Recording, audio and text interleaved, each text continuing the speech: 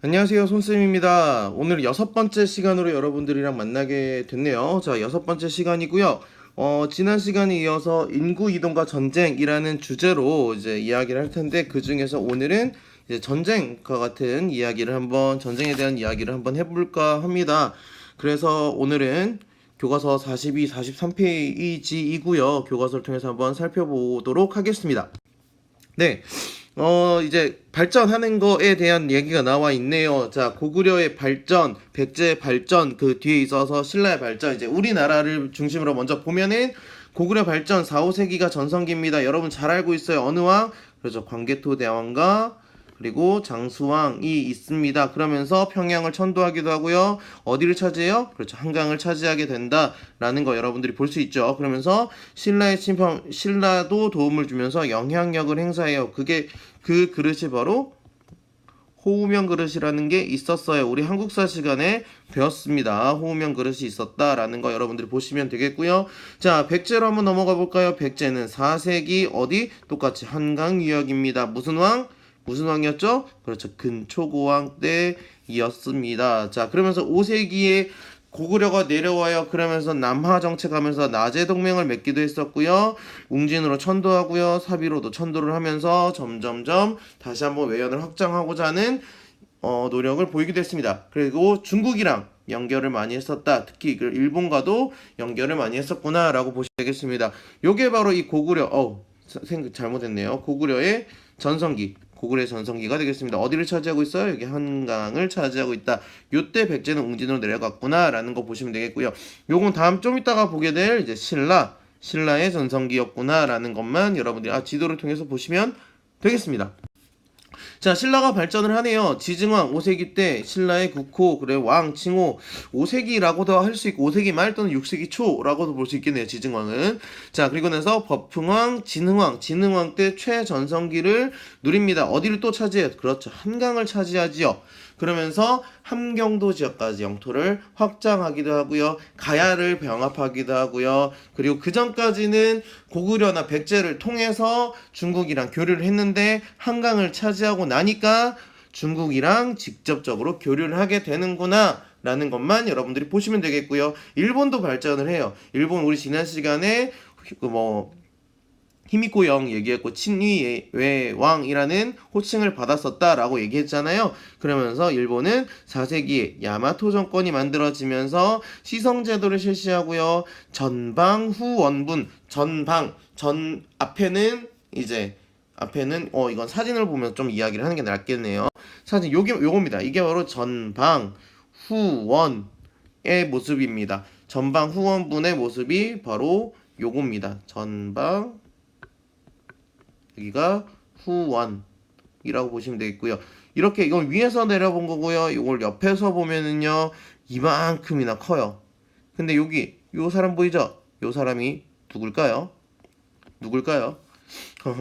요 사람이 누굴지 한번 여러분들이 한번 봐보세요.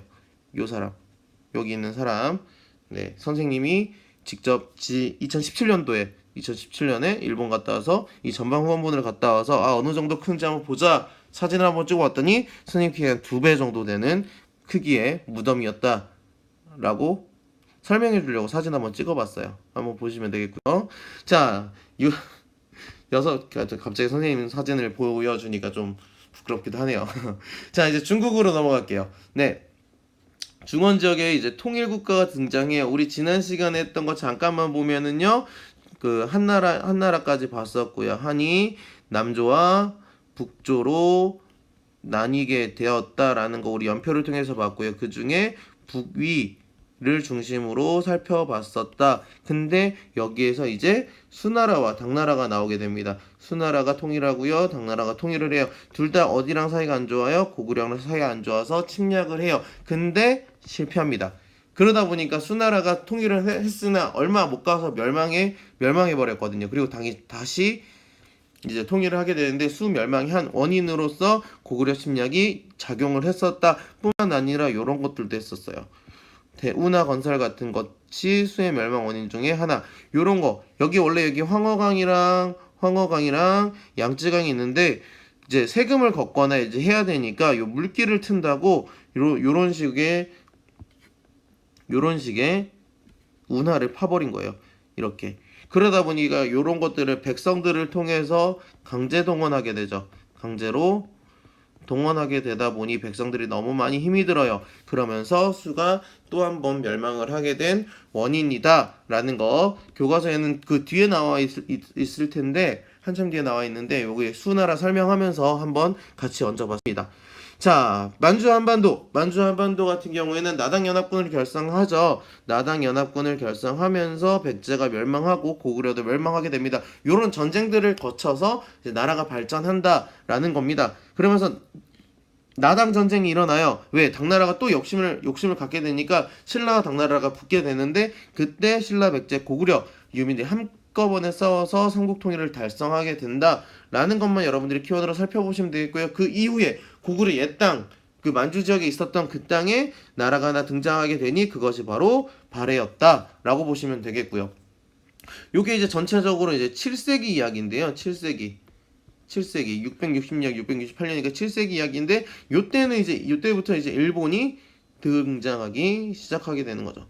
백제 부흥운동 지원해서 백강전투라는 것을 하게 되는데 백강 우리나라의 금강 쪽인 것 같아요. 그러면서 백강에서 전투를 하는데 패배를 하게 되고요. 패배를 하면서 우리가 안 되는 거보다 그러면서 견당사 당나라로 사람을 보내고요. 견신라사 신라를 보내면서 이 나라들이 이렇게 발전했구나 한번 보고 와서 우리도 이렇게 하자라고 하게 된 거예요. 그래서 천황을 중심으로 일본은 이제 천황이라는 말을 쓰게 되는데요. 우리나라의 왕, 그 흉노의 선우, 그다음에 중국의 황제 이런 것처럼 일본에서는 그 국가의 지도자를 천황이라고 이야기하면서 천황을 중심으로 한 중앙 집권 체제를 완성하게 된다라고 보는 겁니다.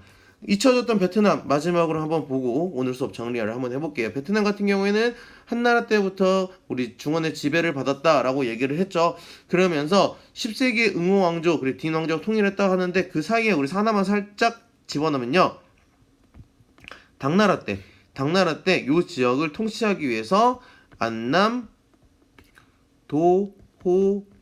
도호부라는 것을 설치했었다 정도만 여러분들이 베트남은 정리해 주시면 되겠습니다. 오늘 한번 정리를 한번 해볼까요? 오늘 한번 정리를 해보면 이제는 오늘의 테마는 전쟁이었어요. 전쟁을 한반도에서 보고 그 다음에 중국을 보고 이야기를 하는데 한반도에서는 각 나라의 전성기를 중심으로 한번 정리를 해주고요. 중국 같은 경우에는 수나라 그리고 당나라가 있었는데 어느 나라랑 사이가 안 좋았다? 고구려랑 사이가 안 좋았다. 그러니까 당나라 같은 경우에는 쭉쭉쭉쭉 이렇게 연결이 되면서 신라와 동맹을 맺게 되고 그래서 고구려도 치고 백제도 쳐서 이제 신라를 통일하는데 그 와중에 다시 한 번 더 이들끼리 붙은 나당 전쟁이 있었다 정도만. 그러면서 아래에 있었던 외가 일본이 이들을 보고 배우고자 하는 움직임도 있었다 라는 식으로 여러분들이 선생님이 이제 글씨나 이런 디자인이 좀 어설픈데 여러분들이 그런 식으로 한번 정리를 해주면 좋을 것 같아요. 베트남 같은 경우에는 당나라 안남도부 있었다라는 거 여러분 기억해 주시고요. 자, 그래서 다음 시간에는 이제 전쟁에서 이어져서 이제 어떤 교류가 있었는지를 교류를 통해서 아까 그 견당사 견신라사 이야기한 것처럼 어떤 식으로 한번 교류를 했는지 한번 살펴보도록 해봅시다. 고생 많았고요. 오늘은 여러분들이 보시고 나서 선생님이 아까 사진 하나 있었죠? 선생님이 어디에서 사진을 찍은 건지 이것이 무엇인지 한번 보시고 그리고 이게 어떤 거 같은지 한번 여러분들의 그 사진을 본 감상평을 댓글로 받아보도록 하겠습니다. 고생 많으셨습니다.